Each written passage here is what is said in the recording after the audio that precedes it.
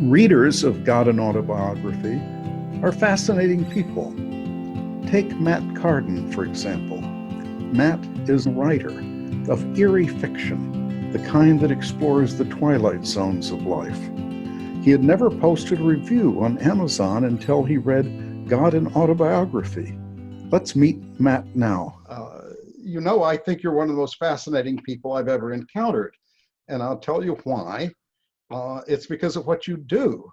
It had never occurred to me, growing up with scary movies and stories and I guess comic books when I was a kid, that this was also an avenue of spiritual insight, of kind of plumbing, you might say, the ultimate frontiers of reality to see what you find there. And as you know, I love the title of your first book, Divinations of the Deep, because that seems to capture both of these. You're sort of plumbing the depths of the human soul, and it is a kind of divining or divination, and see what you see there. And one thing I've wondered, and I've read some of your, you're a wonderful writer, and I very much appreciate that. Read some of your scholarly work as well, which is impressive. But I wonder, you're dealing in fiction. What about reality? What's the reality behind the fiction, or parallel to the fiction, or is the fiction detached from reality? You're talking about my stories as fiction, and then you're asking about the personal existential. Yeah, the kind of work you do. Well, as a child, how each of us, when we're children, we're this unself-conscious bundle of appetites and motivations. We're like this center of perception, yes, but it's not a blank slate at the same time. I'm convinced that we're each all fundamentally tuned, or toned in a certain direction from childhood, and we grow up finding out what that is by interacting with the environment around us. And for me, almost like I guess you'd say almost like the twin entwined strands of DNA in actual biological genetics. My inner life, which of course I didn't learn to differentiate as an inner life until I got older and became right. It's just life.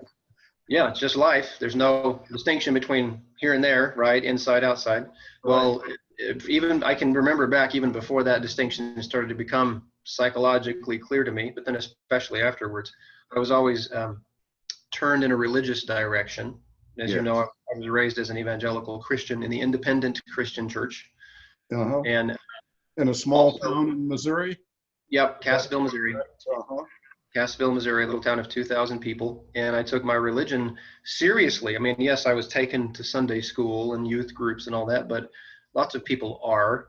And for some people, it's just something you do. Well, I was actually reading my Bible on my own and reading the literature sent home with me and praying, and I was turned that way. Yes. Same time, speculative fiction, fantasy, science fiction, horror was something that for whatever reason I was innately drawn to. And when I was younger, it was a lot more science fiction and fantasy, high fantasy, Tolkien and C.S. Lewis and a bunch of modern authors as well. But as I grew into my teens and later teens, I discovered H.P. Lovecraft and his cosmic horror writings. And my interests sort of shifted finally, not all the way, but definitively to where the scale fell down on the side of horror and the Gothic and that kind of thing. And with those twin strands of the horror with also fantasy, sci-fi interest, and then also the religious and spiritual inclination, and I'd also kind of a natural bent towards reflection, I guess a philosophical temperament. Kind of turn of mind. Yeah, I started, and you know about that yourself. That's right. Always thinking about things. Yeah, you can't help it. I think I read a book years ago by there's a Danish writer. His name is Jan van de, and I never know how to say it. It's Wetering. Would it be Wetering? Jan van de Wetering. He wrote 3 different books about his experiences with Zen. He actually went and lived in a Zen monastery in Japan, and then lived in a Zen community in America. And they were really influential on me when I read these in college. And he said he was told by his Zen master, who was a very famous Zen master in Japan, that he had the philosopher's disease. The philosopher's disease. He was hooked on intellectual reflection, too much so. I've been there before. In that, I find myself interrogating both sides of that religious bent, and it is a fundamentally Christian bent, even though I've been all over the place in spirituality. And then my interest in horror and the Gothic and darkness. And I find, like you said, that each one is a way to talk about the other one. And you can see that in some of the signal works of horror cinema and horror literature that have come out. The Exorcist is the most obvious point, but it's a religious horror film. And there are many other examples of that. In fact, The Exorcist is the one with a religious intent, where William Peter Blatty, who wrote the novel. That's true. He's a strong Catholic, I believe. He was a Catholic, yeah, and he was presenting that story of demonic evil in the modern, jaded, secular world to try and convey to people emotionally, even secularists and atheists, what it would be like, what it would imply about the universe if demonic evil were real. It would imply the other part as well. So these things have been entwined, and in me, they were already entwined as a young man. So that's what I came to discover was a path for me, a calling for me. Yeah. Do you remember I was thinking, does the demonic come up in God and Autobiography? And I think the actual word comes up rather early, because God's speaking to me and saying, in effect, he wants me to tell his story all over again from God's perspective, and of course from our current times. But I said, why is that necessary? I couldn't see, you've got great religions already. And the answer was twofold. One was, well, the old religions are a bit tired out. They've lost their grip on the younger generation. They become a bit routinized, ossified. But nevertheless, I was told, there's still a strong spiritual current alive, even in the younger generation. And a problem is, well, it turns to these, psychologized things, and even a list of kind of feel-good things, believe whatever feels good to you, these superficial things. And even I was told, and that's where the word comes up in in God and Autobiography, they turn to the demonic, or they have a stream of the demonic in them. Mm-hmm. And that suggests that the demonic, which, in my secular days, this was not a category I would have thought of other than for entertainment, I guess. I thought, then that means there is some kind of real active force in the world that's aptly called demonic. And I guess, would your view be something, would you second that proposition? Or I would. Sure, I would. And this was in the world. Yeah, definitely. And that opens up, there's like several different ways with a conversation could go from there, talking about your book and talking about my interests and my writings. One of them would be that to talk about the traditional distinction between the divine and the demonic. And this, your book, just in all kinds of ways, I find is just an interesting springboard to well, how so? Because that's my particular interest, and the interest in between us together is the interface of the two. Well, when probing, and what God told me that's recorded and reported in God and Autobiography. Right. And other dark elements reported in God and Autobiography. And one of the questions for me is: is the demonic purely and exclusively opposed to God, to the divine, or is it just another aspect of the divine that is, from our point of view, less pleasant? And that's some territory that I've explored, and that's a sort of a razor's edge that I have ridden in my own fiction and non-fictional writings about these. Normally, go ahead. Well, that does relate very much to certain themes in God and Autobiography that are started there with the story of Zoroaster, where the good is fighting, the good God is fighting against the bad God, but they're described as twins, and you feel that they're really two sides of the one being. And then I later find a certain strand in Jewish thinking, Old Testament thinking, that that the fight for order in the world goes on. And, you know, that God didn't just create a perfect world, but he created a world that's incomplete, and even that God is incomplete. But that's the way that's described in God and Autobiography. But you have gone into that dark side and how it might relate to your religious side more directly. Sure. Well, in Divinations of the Deep, it's 5 separate stories that I wasn't writing as a connected set, but I discovered as I was writing them over time that I was, as most authors will do, was circling around the same themes in different ways. Yes. Then I wrote a preface to the book that framed them all, each story in the book, as a divination of the deep. And the deep, the term the deep that I'm working with there is actually the term that appears in the first couple of verses of Genesis. You know, you have in the beginning, either you have in the beginning God created the heavens and the earth, or in the beginning when God began to create the heavens and the earth. Yes. Yes. The earth was formless and void. Yes. Right? Yes. And darkness was upon, or was over the face of the deep. And the deep is the Hebrew word tehom, T-E-H-O-M, which many people with, apparently, I don't read Hebrew as a Hebrew scholar or something. I just know some terminology and have circled it for years. Tehom is often thought to be a cognate, apparently with some good, reliable background to substantiate this, of the Babylonian chaos dragon Tiamat. Sure. So right there at the beginning of Genesis, you may have a signal for those who are looking of the relationship of these Hebrew scriptures to their cultural surroundings. And in those cultural surroundings, the general idea, as we see put forth in the Enuma Elish, the Sumerian or the Mesopotamian creation epic, was that the beginning of all things was monstrous and chaotic. Tiamat was the cosmic dragon, the watery, formless chaos dragon that was everything. And it's like so many ancient mythologies, you start from the monstrous. Yes. You start from the monstrous, and progressively things are more anthropomorphized, as happened with the Titans. Well, first off, you know, Father Earth, Sky, and Mother Earth in ancient Greek mythology, and then the Titans, and then the Olympians in this Middle Eastern mythology. You had Tiamat and her consort, the chaos serpent Kingsu. They give birth to younger gods that were worshipped by these peoples, right? Marduk and the others, who waged war against their monstrous parents and killed them and formed the human race and the ordered cosmos from them. Yes. That strand is in the biblical story, and you see other evidences of it. You see Leviathan and certain other incarnations of the ancient chaos monsters being presented in the Hebrew scriptures. If that's there, even though it's thoroughly presented as being subdued by the creator God, by Yahweh or Elohim, depending on which part you're reading, you know, it's drawing on a tradition where those are older, those are more primal. You know, the monstrous side of the divine is more primal.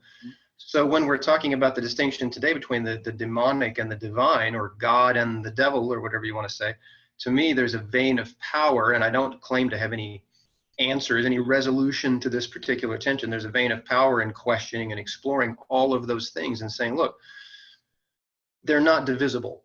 The whole Manichaean, Zoroastrian light versus darkness thing doesn't exactly work, because even in the background there, as you pointed out, you know, with Ahura Mazda and Ahriman, you know, are cousins, or they're twins, right? Yeah, they're twins.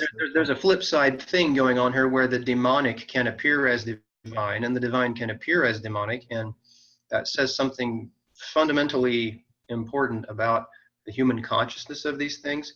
Then we reach the point where you say, can we say that it's actually saying something fundamentally important about reality itself? We're reaching the edge of what you can talk about when you talk about that, but I think it does. In my own experience, it does. That's what comes out in my writing. And when I saw you approaching the topic in your book, that was yet another indication to me that you and I have a lot to talk about. I told you I was gripped by the things you covered in your book because it intersects with my interests in so many ways. Well, what drew you to the book to begin with? It was not yet published when I first heard from you. I've often wondered, how did you even notice it?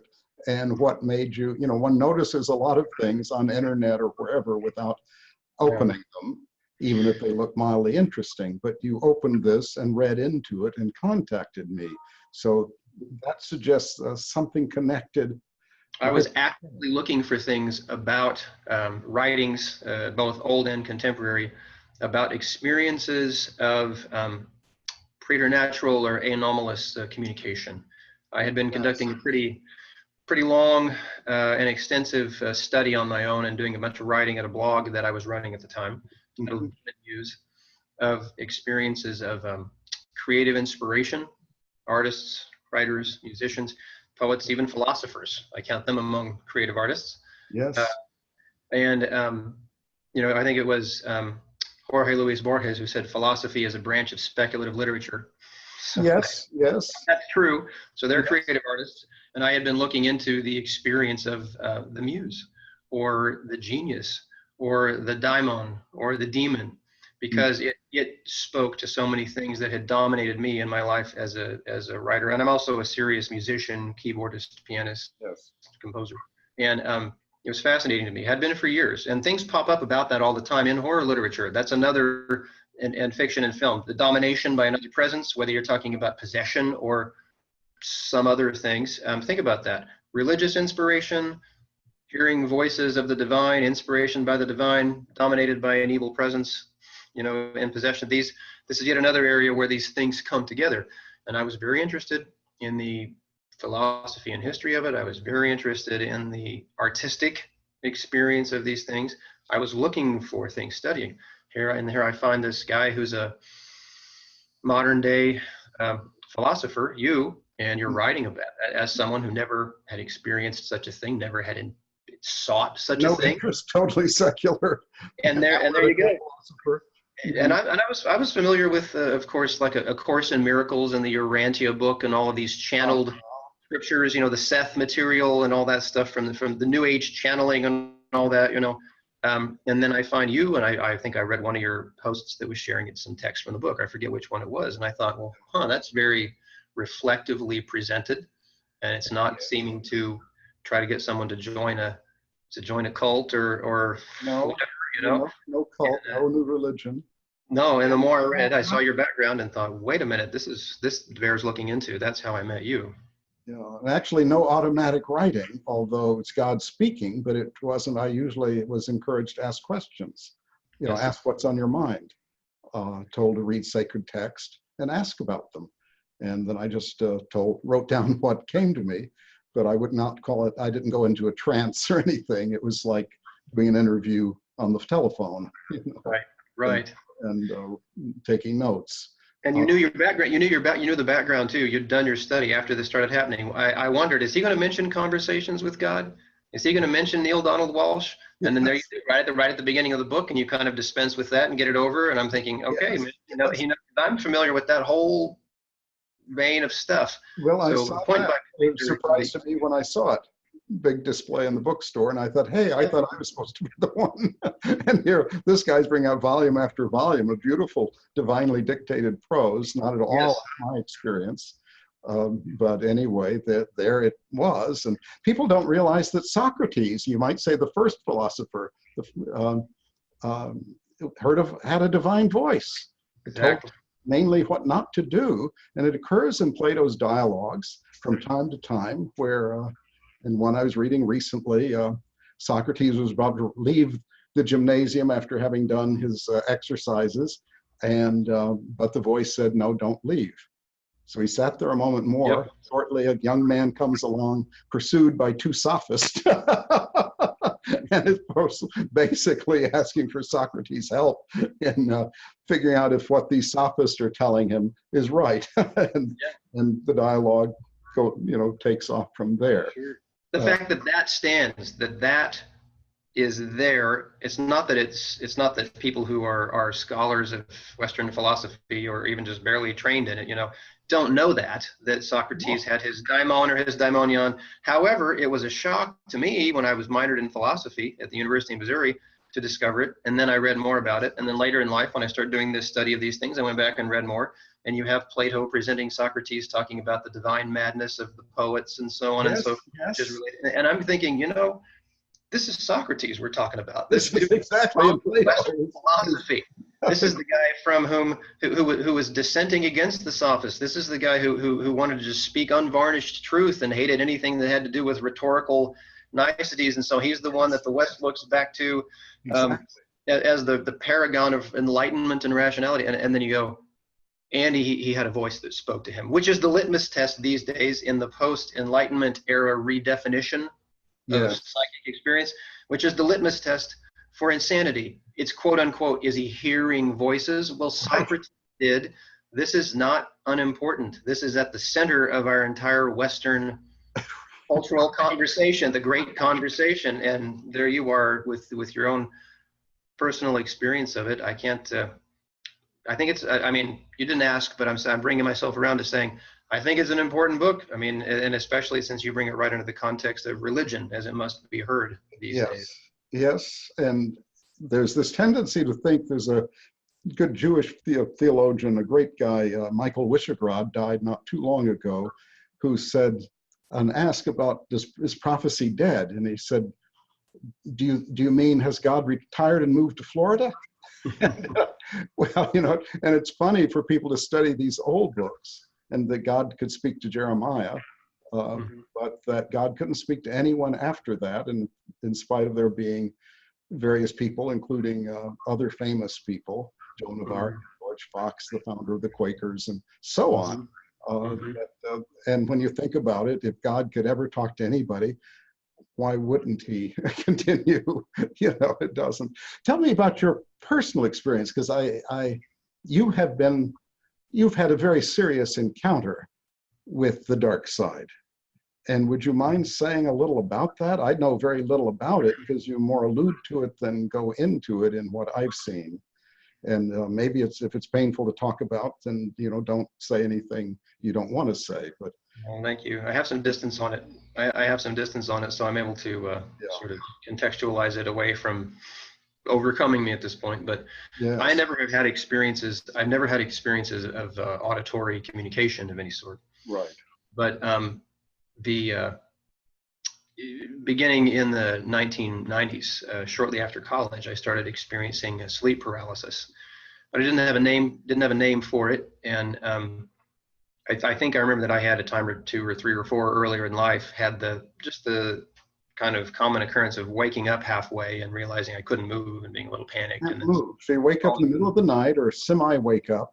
Right. Realize you're like paralyzed. You know, you can't move your limbs. Right. It's a mechanism, as I've learned later, that kicks in when a person is in REM sleep, where one nice advantage of it is that it keeps you from acting out your dreams.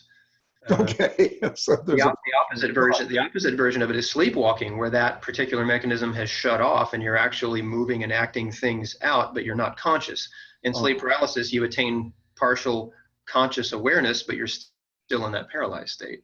And I started experiencing that, but it developed into what I went on through reading and study and then hearing other people talk about it to learn was along a continuum of experience where there are certain horrific waking nightmare things that happen, seeming visitations from spirit entities.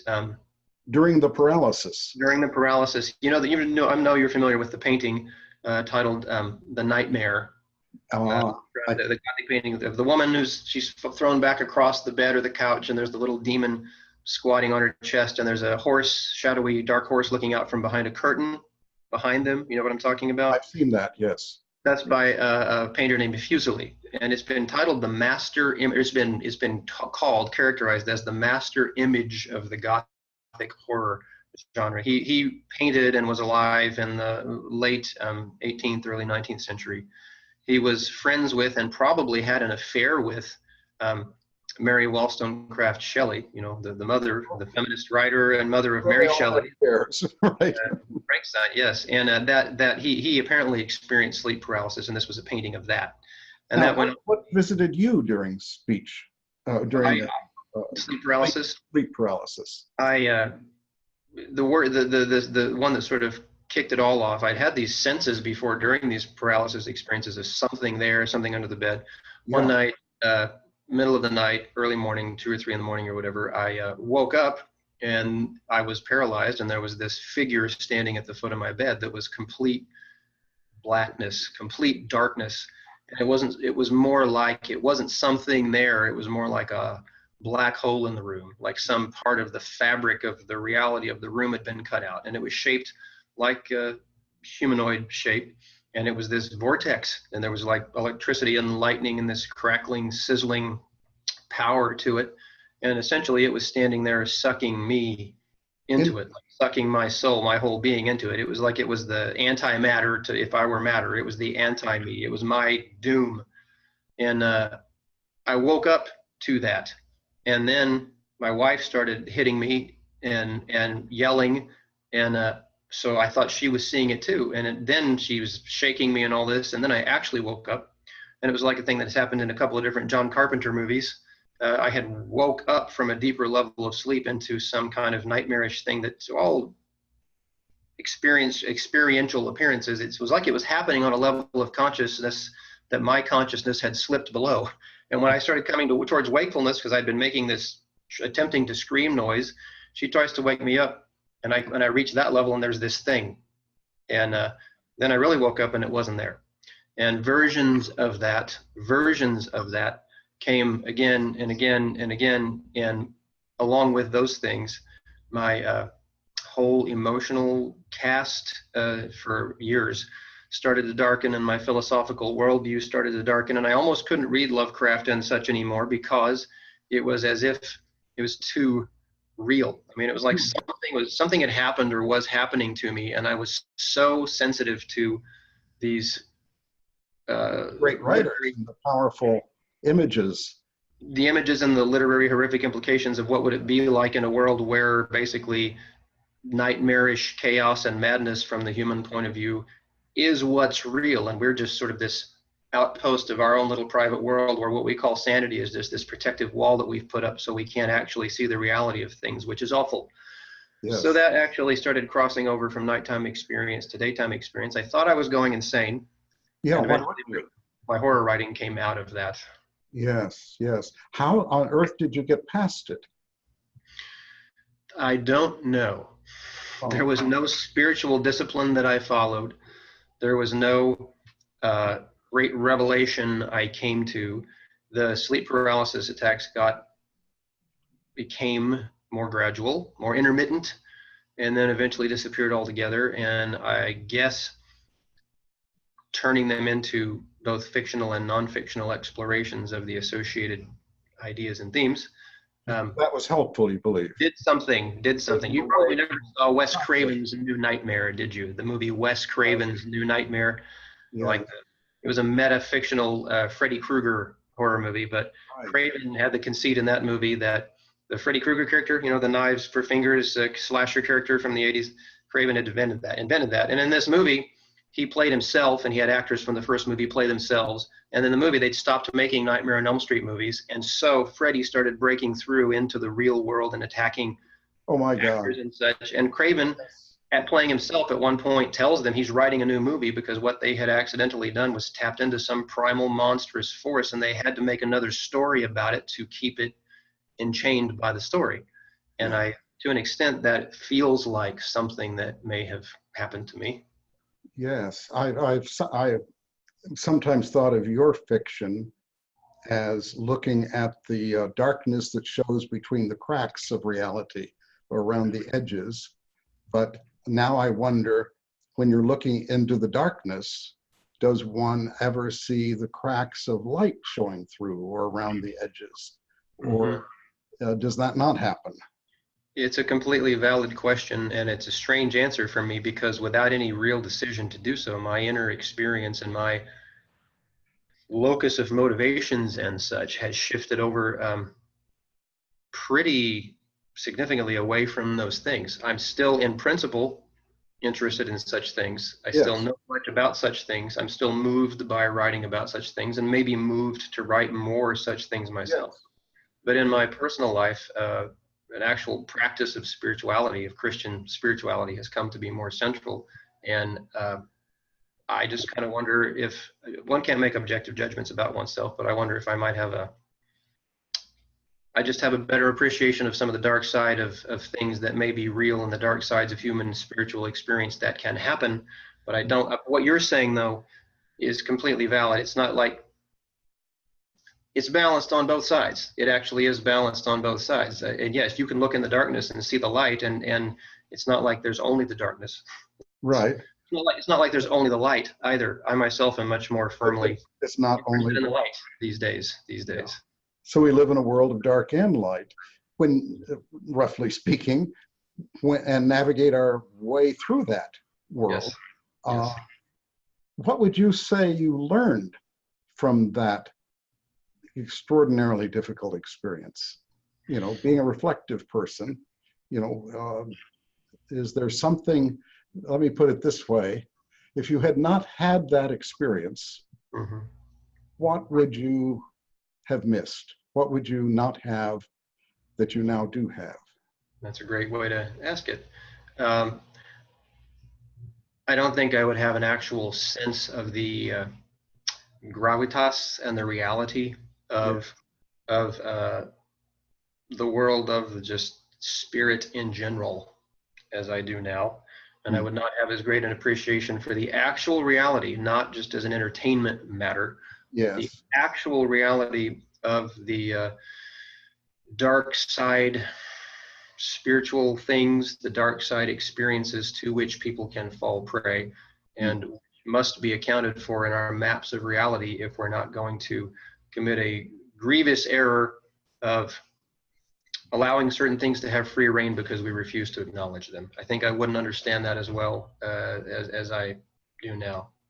And in that, you're in sync with God in Autobiography, I think, because, in fact, one source of resistance to the revelations in that book is that God isn't perfect enough, and the world isn't either perfect enough or just about to be made sort of perfect, you know, either in an instant apocalyptic return of a Messiah, or in secular mechanisms, we're all going to start, you know, loving and kissing each other, or some other kinds of, or we can float above it, which is some of the spiritual philosophies sort of detach a bit from reality. Reality isn't real because they don't like what it looks. And I think what you came to is very similar to what I was told and had to process, which is, well, the world is a scene of drama, of lights and darks, and of hard choices, of making decisions where no decision is cost-free or even morally cost-free. You know, that sometimes you choose this wrong or that wrong, and you have to deal with that. You know, I quote in the book, when Joan of Arc, this is in George Bernard Shaw's play Saint Joan, the Inquisitor is saying, look, Joan, you know, she's having voices and visions. This is just your imagination. She says, of course, that's how God speaks to me. And it seems to me your kind of work has that sense of imagination isn't only fantasy. You know, we can sit and do that as kids. We make up games and so forth, characters, and a writer can do that, movie maker. But imagination is also a faculty of perception, or can be, right? And there's a useful distinction to be made between the imagination and what has been called the imaginal. I know it's more common in the romantic tradition to talk about maybe imagination as a faculty of perception, right? Yeah. But the imaginal is a handy term as well, and has been used to refer to what you're saying about imagination as a faculty of perception. But the imaginal would be distinguished from the imagination as a helpful pair of terms. Say imagination, we might say the manufactured products of the human mind. The imaginal would be an actual realm accessed by the same or a similar faculty, but that is not just limited to the individual. It's transpersonal. It has a state. It has contours and a stable reality that can be explored, and different people might recognize the same things in it. The imaginal realm, that would be the shamanic realm, you know, the realm of spirits that people who even today with your your neo-shamanism, your resurgence of people, not resurgence, your new phenomenon of first world technological folks going down into the Amazon to take ayahuasca and stuff. You know, oh my gosh, you do these things, you do these exercises, or you take these substances, and you actually encounter the spirit beings that the shaman said you would. Oh my gosh. Yes, yes. And they can tell you all about what they'll act like and what their names are and so on. That might be the imaginal realm. That might be what Joan of Arc was hearing. It's a crucial distinction. It's a crucial distinction. Just because it's something that cannot be empirically and here in the external world intersubjectively verified with the senses doesn't necessarily mean that one has to say, therefore, it's purely fictive. Right. And anyone who wants to say so has to defend his or her major assumption that he or she is making about the nature of reality at that point. We've covered that up from ourselves in the modern world, which is devoted to a scientistic reductionist view of things. Which accounts for so little, actually. Accounts for very little. They think it accounts for so much. The majority of human experience cannot be reduced to what can be measured, you know, with external instruments using various permutations of the empirical scientific method. Most of what we experience doesn't register very well. They register various inputs or outputs physiologically, and that's all. Well, it's like E.F. Schumacher said that the most important things about any human being are invisible. Are invisible. You can't can't measure them. You know, the stuff that you can get at externally, that's not really what they're about at all. It exists on another plane or other planes. Yes, yes. Before we leave, Matt, very much thank you for taking this time, but also want to, you know, as I go back to the beginning, you're very fascinating. I've read some of your work. Most of it's too scary for me, but I can tell, I've read enough to tell that you're an extremely good writer. What if somebody is curious about the works of Matt Cardin, what might they read? What would be a good place to start, or you would like them to start? In a fiction, probably my two books of fiction so far. Divinations of the Deep is the first one. It was first published in 2002, and the paper version, the hard copy version, is out of print, so it's become expensive as a collector's item. But there's an ebook edition available. And my second book that came out of fiction that came out in 2010, titled Dark Awakenings, is still available through Amazon and elsewhere, and it contains both stories and 3 nonfiction pieces exploring that intersection between religion and spirituality and supernatural horror. So those would be good starting points. I've been doing lots of nonfiction projects the past few years that wouldn't have the same creative impact for someone trying to encounter my view of things, my philosophy, but I did edit for the big academic textbook company an encyclopedia of mummies, an encyclopedia of the paranormal, and most recently an encyclopedia of the history of horror literature that's coming out.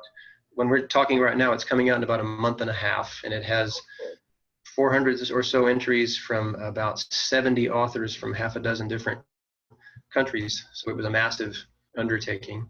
And one can encounter me in the introductions to those books talking about my interest in each of those subjects.